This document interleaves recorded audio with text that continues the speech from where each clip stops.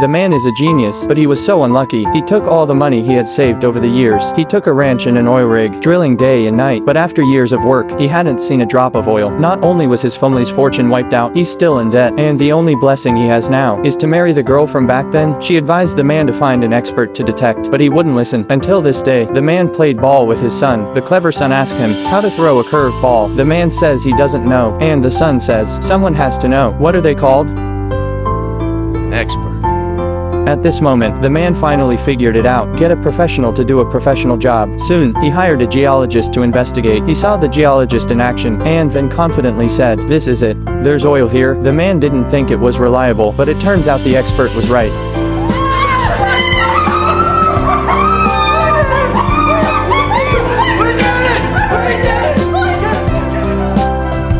This time the man is really rich. The crude oil reserves under his ranch, at least 50 million barrels. At the time it was $2 a barrel. That meant the man had $1 billion.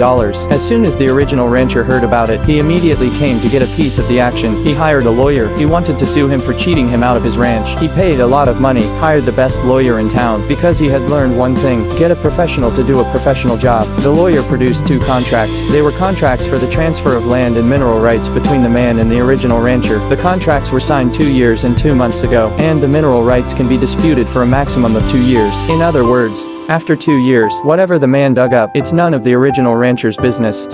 Please tell me you knew that.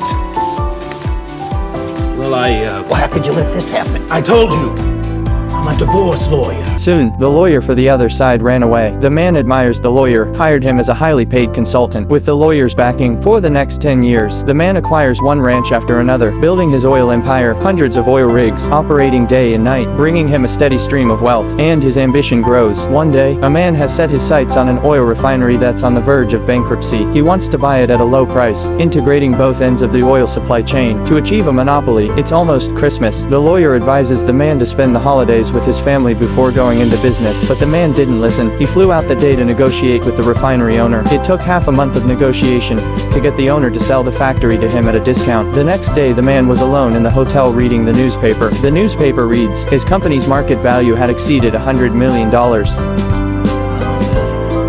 He had never imagined what it would be like to realize his dream. Without the glory of the spotlight, no family and friends to witness, the man has made a fortune, but he feels as if he had lost something more. Soon after, the man receives the sad news. The lawyer has been in a car accident. His internal organs were badly damaged. Unless someone donates a kidney, he wouldn't last long. That night the man sat by his hospital bed, crying his heart out, thinking back over the last 10 years. He was so busy with work, neglecting his family, thinking of the lawyer who had worked so hard for him. He had never thanked them properly. The boy who was once a passionate dreamer, the boy who treated people with honesty, where has he gone? So the man made a decision to donate his kidney to a lawyer. The first thing he says when he wakes up was to advise the man to spend more time with his family. Money can never replace companionship. The man comes to his senses, but he also knows it's too late. He has been absent from his children's upbringing for too long. The children are now all about money and no one else. To prevent a dispute over his inheritance in 100 years, the man announces all his wealth to a charitable fund, and then gives each of the 4 children $10,000 each. They can put the money into the fund, or they can keep it for themselves. This is really an examination of the heirs to the estate. The eldest son and the third son. The youngest daughter is not a good heir. They discuss how to spend the money as soon as it arrives. Only the second son eventually gives the money away. The man is satisfied. The second son is chosen as the heir to the estate. This is the end of the film. What are the conditions for success? In The Man, I saw a man who was born like an ant, but with the will of a great swan. I saw eyes that found wealth, the humility to learn from every teacher in his life, and the drive to be a leader in his field. And of course the most important thing, and the most easily overlooked point, gratitude.